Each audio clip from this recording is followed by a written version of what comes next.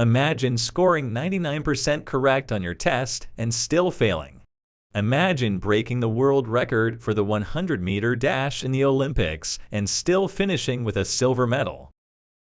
Imagine giving up 0 hits in a baseball game and still losing. On April 23, 1964, that is exactly what Ken Johnson of the Houston Colt 45s did. Let's go down to the field with play-by-play announcer Gene Ilston. From Colt Stadium in Houston, the Colt 45's Game of the Day is on the air. This evening's game between the Colt 45s and the Cincinnati Reds.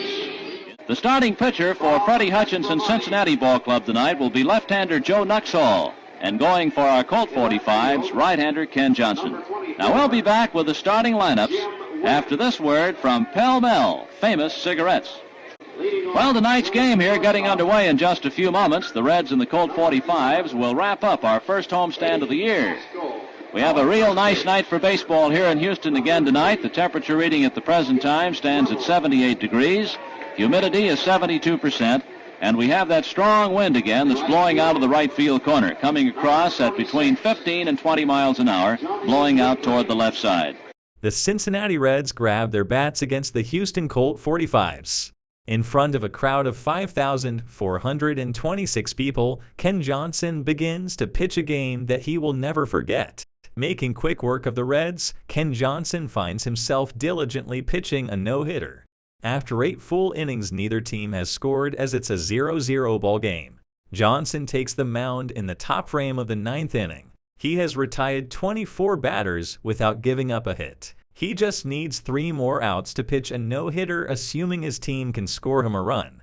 Let me pause here and explain a few things for those of you who don't know what a no-hitter is. A no-hitter is when a pitcher completes at least 9 innings without allowing a hit. According to Baseball Reference, since 1876, there have been over 235,000 games played.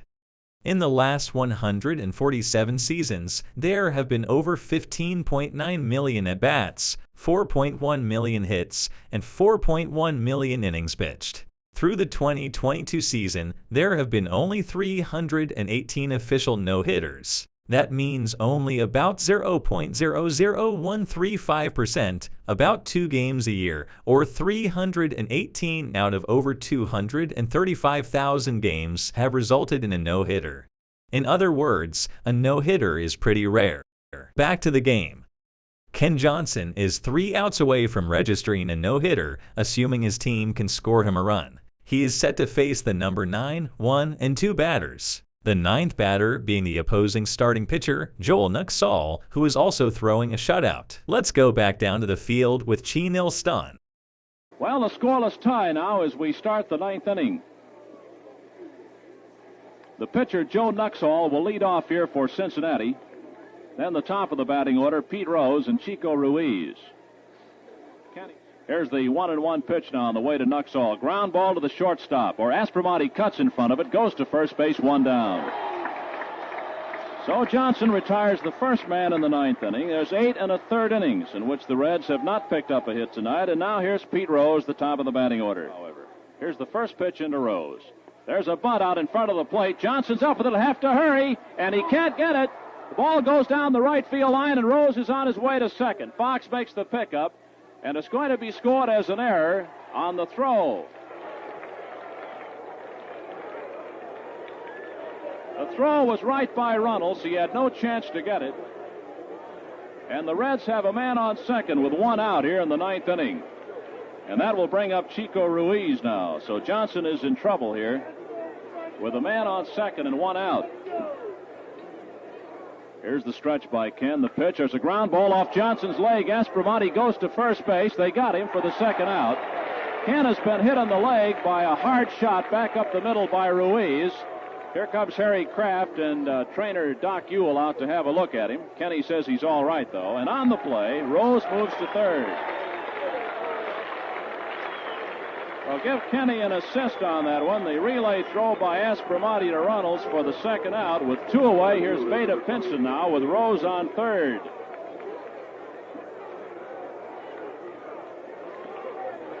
Pinson has been up 3 times. He's been on base once. He walked, has popped out and grounded out. Throws on an error on the throw by Johnson, trying to get him at first, and 2 away. Here's the windup in the first pitch into Pinson. Ground ball right side.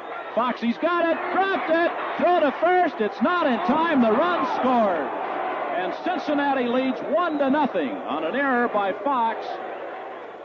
So Pinson is safe on the error by Fox, and the run scores.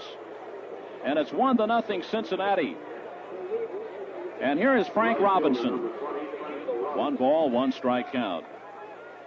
Keogh edges away from Runnels at first base. Here's the pitch on the way. There's a fly ball back into deep left field. Wynn all the way to the wall for this one, and he got it to retire the side. Robinson gave it a ride, but Wynn was there. Well, Johnson has pitched a no-hitter through 9 innings, and he's losing the ball game, 1-0. With the shutout blown, Johnson must rely on his team to score to win or to at least force extra innings. Joe Axell takes the mound and retires the first to Colt 45s and has a 3-2 count on John Weekly. And the count holds at 3 balls, 2 strikes.